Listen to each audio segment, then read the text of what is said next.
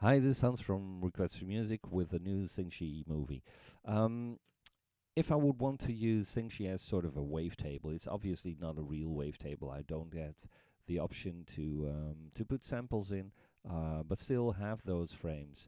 And in other movies, I've shown you that if you use the morph value, you can actually change or move in sound from the previous frame into the current frame, for instance. But if I don't do that, I obviously get a different kind of sound. So if I get a couple of frames in, let's put 8 in or something like that, is running through those all, and let's switch the time for all of those frames back to 1/8 of a second, 1/8 of a note, sorry. So I switch on my edit nth, I've got it set to 1, and if I dial this back to 1/8, you see that it's running through faster. I don't hear any difference in sound now because all of those frames are set to the standard value, which is no modulation for each.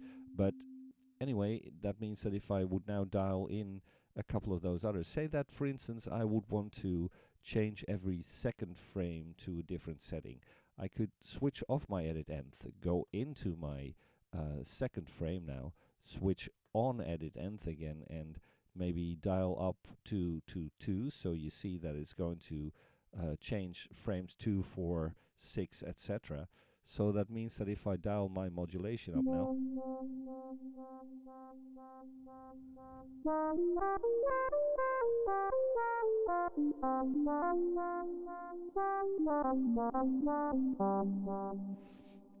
so something like that, and that means that, say for instance I will go into my fourth frame and I'll do 4 frames. I set it to 4, so that means that it's going to affect frame 4, frame 8, etc. And I press my edit nth on, and I do a higher pitch for this one. So, or let me do it for the modulator pitch. So I switch that on, or I double click it to edit it, and I'll do /12, so that means that it's going to add an octave to both of those notes. So now,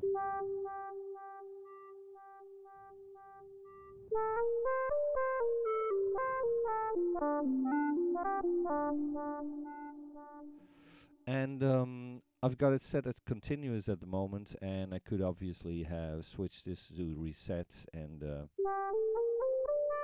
so it's going to run from that first frame all of the time. So let's switch all of the speeds back. So I'm switching the edit nth on, going back to my first frame. And actually, if you keep it clicked, it's going to run faster through all of those in succession. So let's go back to my first one. Dial the one on for the step value, edit nth on, and dial back. I can actually go into 1/64th of a note. So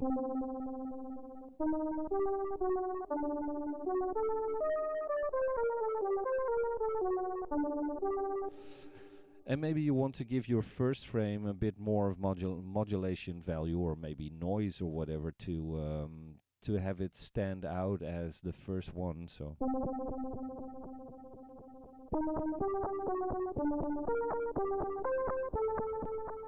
something like that. And if I wanted this one only to have a longer time, I could obviously double click this and set any time that I want it.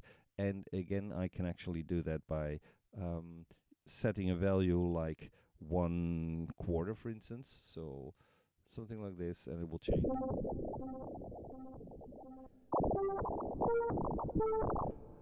Because it's staying on for longer now, the modulation for noise gets more effect. So let's dial that back a bit.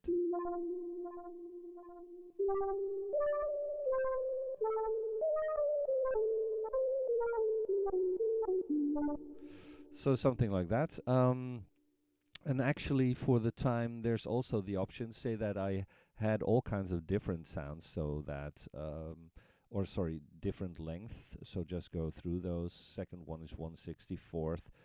Maybe from the second one, I want to change them all to start off with to something like a 16th. So I went into the second frame, switch my edit nth on for 1 frame each, and switch those all to 1/16. But now let's go to let's go to the third and just dial some random value in for fifth also, and six something random, and so I can just do whatever. And it's sort of running through all of those, and I've got a slightly lower setting for my attack, decay, stay and release, so let's just put that up.